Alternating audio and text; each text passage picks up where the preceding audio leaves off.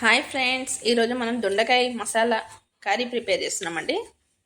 ఒక ప్యాన్ పెట్టుకొని ఆయిల్ వేసుకోవాలి, జీలకర్ర ఆవాలు వేసుకోవాలండి.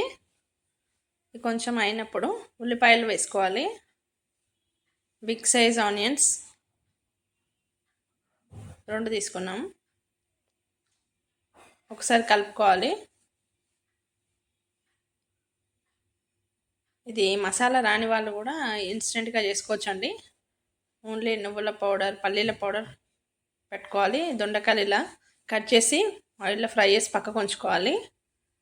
కొంచెం టమాటా ప్యూరీ కావాలండి, కొంచెం చింతపండు రసం కావాలి. దీనికి ఇన్స్టెంట్గా అయిపోతుంది, అన్నీ రెడీ ఉంటే టేస్టీ కూడా ఉంటుందండి. అల్లం వెల్లిపాయ పేస్ట్ వేసుకోవాలి. ఒకసారి కలుపుకోవాలి. అలాగే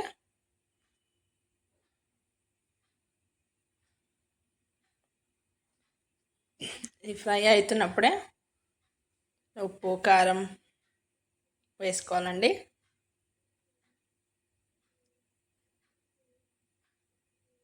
ఆనియన్స్ కొంచెం ఫ్రై కావాలి.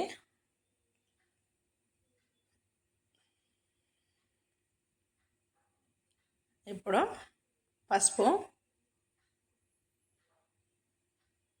కారం 2 స్పూన్ ఉంటుంది, పసుపు 1.5 స్పూన్ ఉంటుందండి.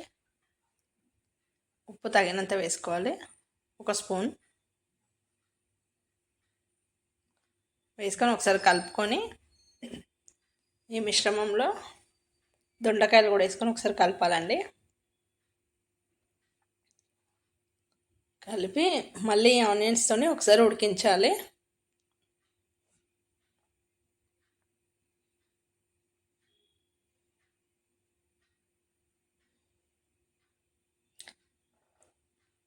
దొండకాయలు వేసేసుకొని ఒకసారి కలుపుకొని మూత పెట్టి ఉడికించాలండి.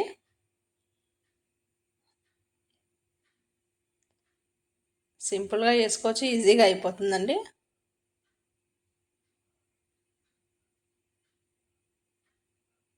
ఒకసారి మూత పెట్టుకుందాం. ఇంకా ఒక 5-10 మినిట్స్ మూత పెట్టుకోవాలి. తర్వాత వాటర్ వేసి ఉడికించాలండి. కొద్దిగా ఆయిల్ అయితే పైకి వచ్చింది, దొండకాయలు అయితే ఉడికిపోయినాయి. ఇప్పుడు టమాటా ప్యూరీ వేసుకొని ఒకసారి కలుపుకోవాలి.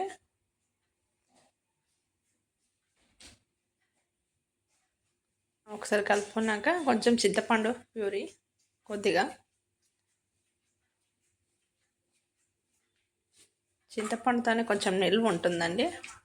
ఒక 2-3 డేస్ తినొచ్చు. మంచిగా మసాలా రెడీ అయినప్పుడు ఇప్పుడు ఇందులో పల్లీలు, నువ్వుల పేస్ట్ వేసుకోవాలండి. వేసుకొని చివరగా జీలకర్ర, ధనియాల పొడి వేసుకోవాలి. ధనియాలు 2 స్పూన్లు, జీలకర్ర 1 స్పూన్ వేసుకోవాలి. వేసుకొని ఒక 5-10 మినిట్స్ తర్వాత కొత్తిమీరతో గార్నిష్ చేసుకోవాలండి. ఎంతో టేస్టీ దొండకాయ మసాలా అయితే రెడీ అయిందండి. గిన్నెలో తీసుకొని సర్వ్ చేసుకుందాం. వీడియో నచ్చితే లైక్ చేయండి, షేర్ చేయండి, సబ్స్క్రైబ్ చేయండి. Thanks for watching. ఏం పచ్చడి